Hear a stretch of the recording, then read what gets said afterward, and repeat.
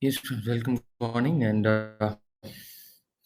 today's conversation is about comparing the difference between direct tax amendments, both vis-a-vis the finance bill and what was passed in the Finance Act. So, when February 1st, when we met, we had discussed the Finance Bill, and there have been some changes. I would say about 25 to 30% in terms of number when it came to the Finance Act to Finance Bill. So if we were to broadly categorize the amendments, we look at it as fast tracking of foreign investments and easing of non-resident taxation. What have been the changes? Again, we are only the mandate is only to restrict our conversation to the changes which have happened. Explication of provisions relating to individuals, trusts, and firms. Gift City amendments, which have been a bigger boost, and rationalization and clarification of certain provisions where some smaller changes have happened post the bill. Let's move on to the first conversation regarding non-resident tax. So the term liable to tax, right, which has been used in Section 6 for residency, 1023 FE, or all the DTAs which India has signed under 90 or 90A, that has not been defined appropriately. So liable to tax in relation to 229A has been clarified under the Finance Act in relation to a person.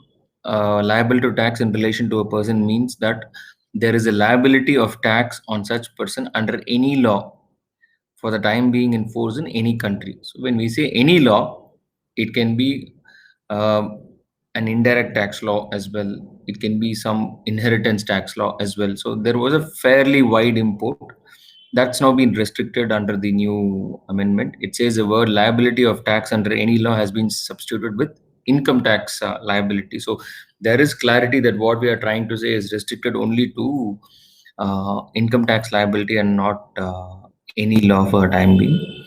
Next, I believe there is some issue. I'll just share my screen, friends. You might have to give me a minute.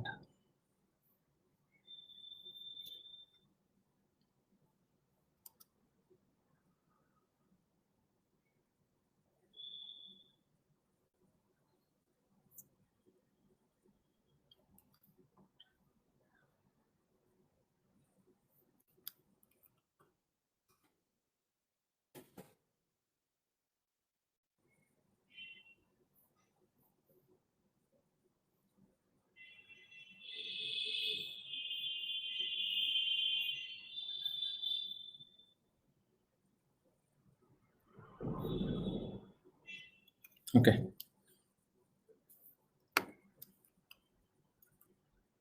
Next, exemption of sovereign wealth fund or pension funds from AIF regulations. So, if we were to look at the amendment by the bill, uh, both these funds, the sovereign wealth funds and pension funds, will be provided exemption for long-term capital gain if the investment is made in Cat 1 and Cat 2 AIF, which has made 100% investment in the infrastructure entities downstream. Where the investment is less than 100%, then the exemption will be proportionately calculated. Now, what they have done because the government in the mandate has said they would want to promote infrastructure investment mechanisms.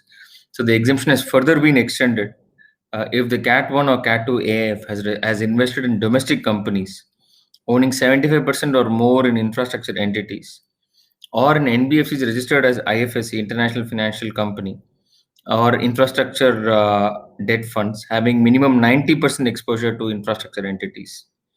Further exemption shall be calculated proportionately, even in the above cases where the investment exposure is less than 100%. So the government has only expanded the ambit of benefit available for infrastructure investment. Equalization levy clarification. So it was originally proposed that for the purpose of equalization levy, consideration for goods shall be taken irrespective of whether the e-commerce operator owns the goods or otherwise. Now it's now been amended to not include consideration for goods which are owned by a person resident in India or by a PE in India of a person non-resident in India, if such sale of goods is effectively connected with such permanent establishment. So this brings in a clarification that equalization levy shall not be applicable on goods received by a PE in India. Explication of provisions relating to individuals, trusts, and firms. interest on EPF contribution first shall not be exempt. But however, what they've done, if we were to look at the original bill, it says where the employee's contribution to any PF or recognized provident fund exceeds 2.5 lakhs in any previous year, on or after 1st of April 21, the interest income on such excess shall be taxable. Now, what they're saying, where the employee is the sole contributor, so typically we're talking about someone who's no longer working with someone without employer's contribution, then the interest on his contribution only in excess of 500,000, so this 5 lakh shall be taxable. So there is some benefit provided to retired persons, or I would even say self-employed people who contribute more, where they don't have any other employer's contribution. Goodwill not to form part of block of assets. This was introduced. What they have now done is consequential amendments have been inserted by virtue of the Finance Act. Has been made. Consequential amendment has been made for the purpose of computing WDV, where the cost of goodwill forming part of block of assets shall be reduced from the WDV of the block after reducing depreciation actually allowed, and the depreciation that would have been allowed till 31st of March 2021. Next, taxation. This is a fairly complicated amendment. We need to have clarity on this. Let's look at it. Now, 45.4 talks about taxation of capital gains, which happens consequent to a dissolution or reconstitution of a firm, AOP or BOI. So, as per the amendment, any profits or gains arising out of receipts of a capital asset representing capital account balance or money or any other assets which is in excess of the capital account balance by a partner of a firm, AOP or BOI at the time of dissolution or reconstitution shall be chargeable as capital gains in the hands of the entity, not in the hands of the partner. The capital account balance shall be considered without effect of revaluation or increase due to self-generated goodwill or self-generated asset, and that shall be deemed as cost of acquisition in the hands of the partner. Now, what has happened in the amendment? The term any other assets has been removed from the ambit of capital asset. So, reference to in excess of capital account balance has also been removed. So, capital gain shall be taxable as follows. So, the value of money received plus fair market value of assets minus amount of balance in capital account represented in any manner. So, typically, what we are trying to understand is the government has removed the revaluation part of it from capital gain. So, effectively, you will end up paying capital gains tax net of the revaluation component. A new section 9B has been introduced to tax stock in trade received at the time of reconstitution as business income. Further, consequential amendment has been made in section 48 to provide that the amount included in capital gains income on account of 45.4 shall be apportioned to the assets of the firm in a manner which is yet to be prescribed. So the rules are expected to come. The consequential amendment was required to ensure no double taxation in the hands of the firm when they subsequently sell assets in the future. Now, what are the challenges what we foresee? Under the erstwhile 45.4, it included the event of dissolution, which has now been removed, so we are not sure. What if the payment to partners is made in tranches in multiple years after reconstitution and not in the year of reconstitution? There is no clarity on what happens in such scenarios. The section says that revaluation of assets has to be ignored while calculating balance. However, it is silent on revaluing liabilities. It is not clear whether the capital account balance envisaged under 45.4 will include current account balance or loans given by partners to the firm, since as the words used are represented in any manner. So we hope in times to come there will be clarity in this regard. Next, moving on to GIFT City amendments, the term specified fund. So previously, the meaning of the term specified fund included CAT 3 AIFs registered with SEBI. So the definition has now been expanded, was amended by Finance Bill 2021, which said that definition shall include investment division of offshore banking units, which is a CAT 3 AIF or OBU, which has commenced its operations on or before 31/3/24. What is the change? The definition has been amended to even include CAT 3 AIFs registered with IFSCA 2019. So there is an expectation that going forward, CAT 3 AIF sort of GIFT City will be registered under the IFSCA Act. As of now, they have been moving under SEBI. They say the said clause has been amended to provide exemption only to those OBUs having Cat 1 FPI license provided by SEBI and which have commenced operations on or before 31/3/2024. Effect of Lok Sabha amendment, with the establishment of IFSC, financial services and IFSC are regulated by IFSC. So the intention is to provide exemption for Cat 3 funds in IFSC, and moreover, as per FPI regulation, only Cat 1 FPI can issue offshore derivative instruments. So the amendment therefore allows OBUs, offshore banking units, to issue offshore derivative instruments to overseas investors. Now, this is another very important amendment which was originally instituted by Finance Bill.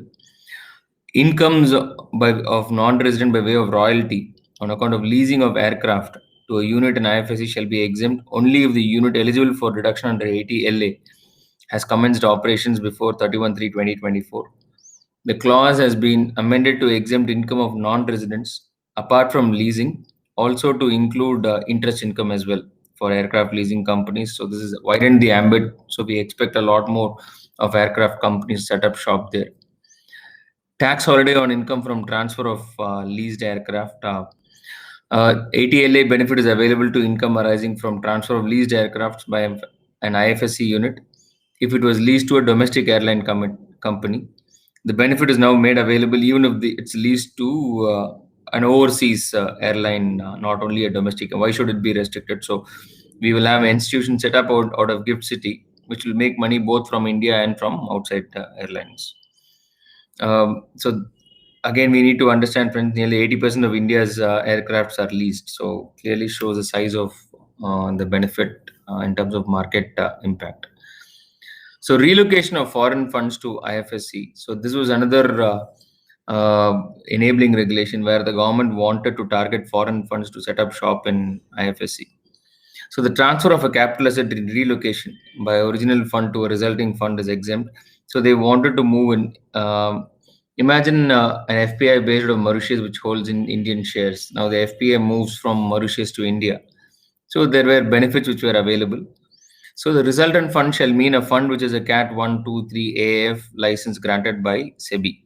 Now they have said instead of SEBI, we will also add if the license is granted by IFSC.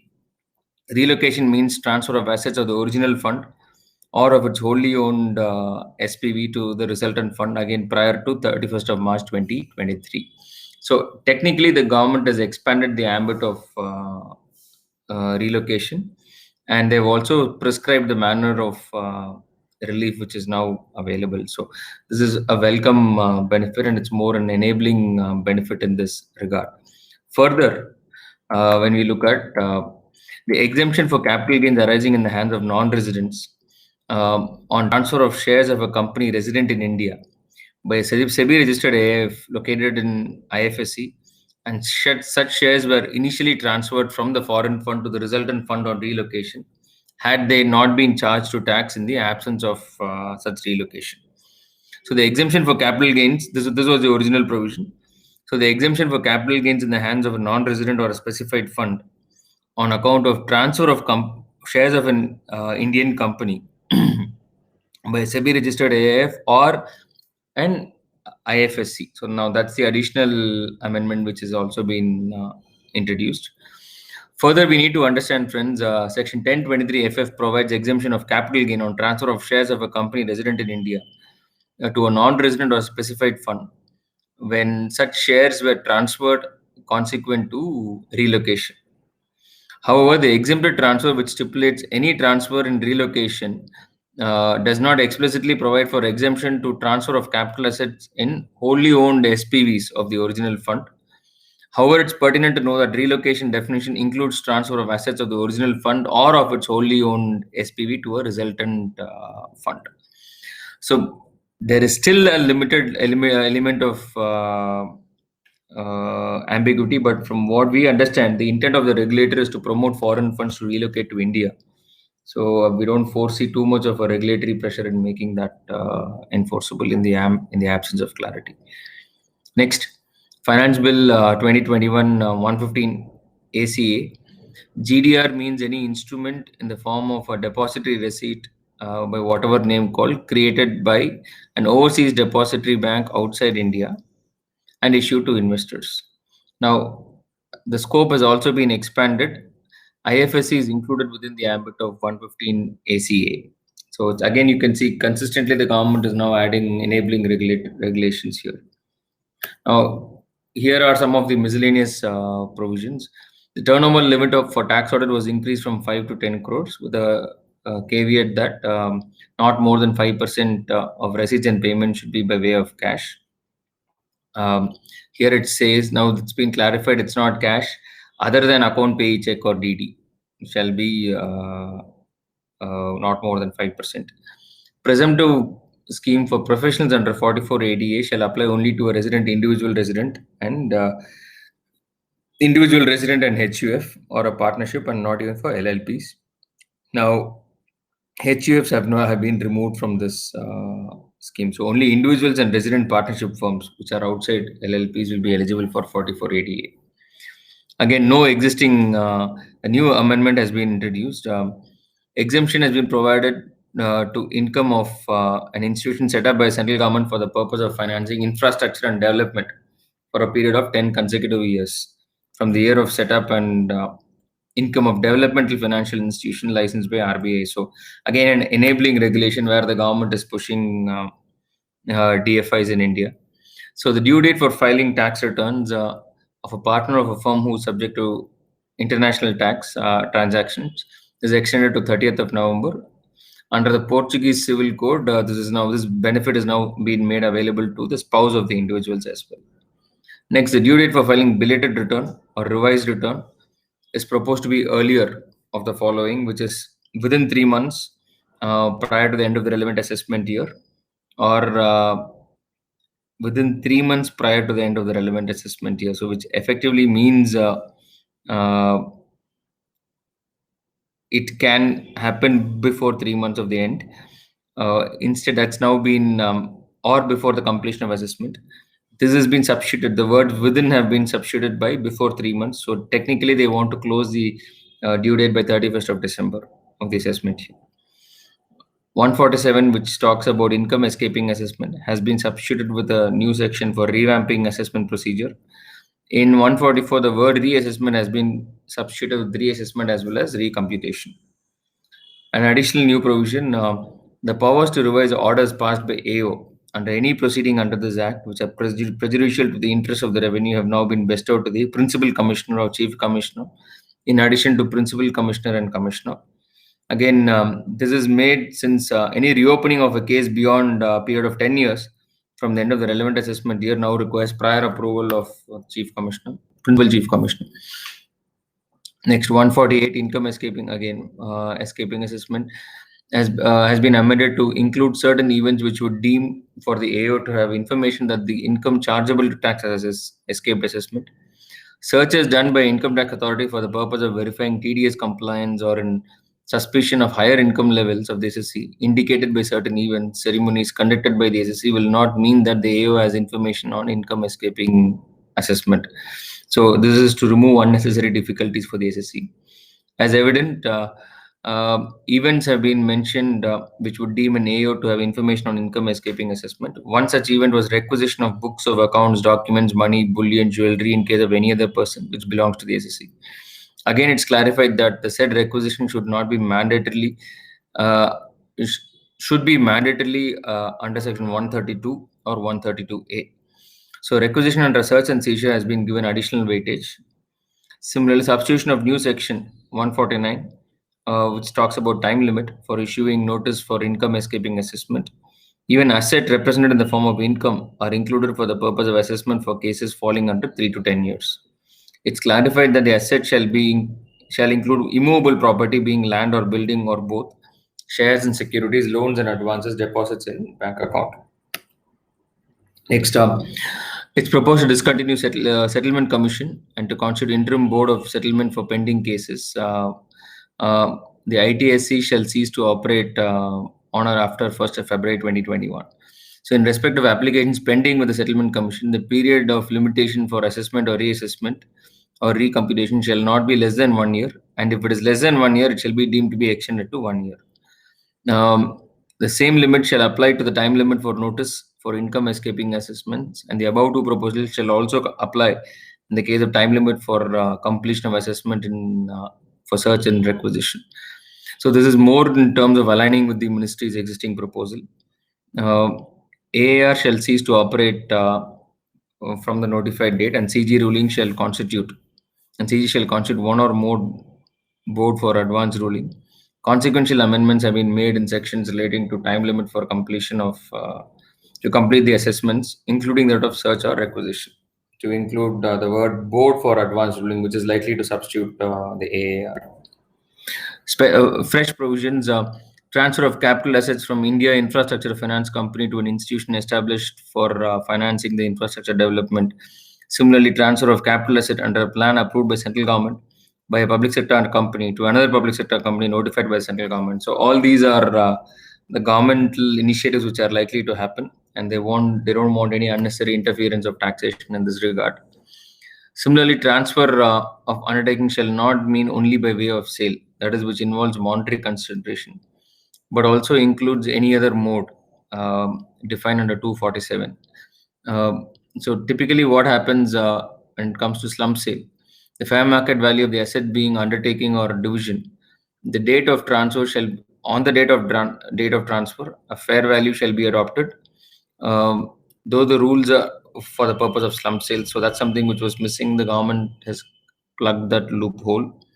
The value of, in case goodwill is being transferred, the cost shall be considered as nil if it's self-generated.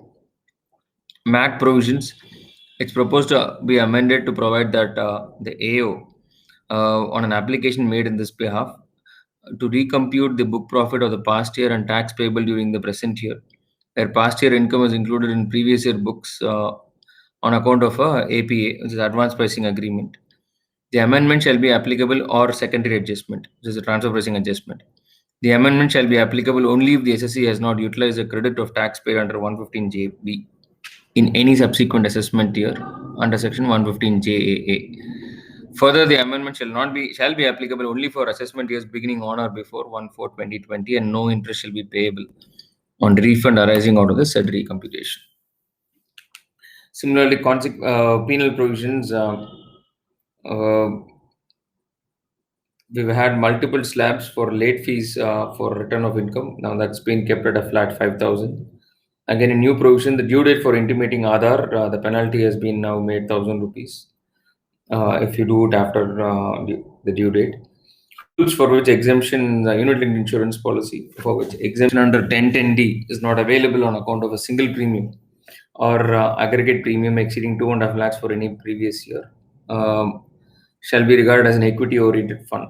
But while defining equity-oriented fund, the condition of minimum investment requirement of 90% in case fund invests in units of any other fund which is traded on a recognized stock exchange, and 65% while classifying the capital asset as an equity-oriented fund is required to be satisfied for this purpose. So that is a new amendment which they've introduced, is 90 and 65. So on the old friends, you would have seen we've had about close to about 30-35 amendments, which is as a not 25% as a began. It's almost 50% of the amendments which we saw under direct tax laws. So these were some of the changes which we believe were relevant. Hope you had a good time listening to this. Thank you.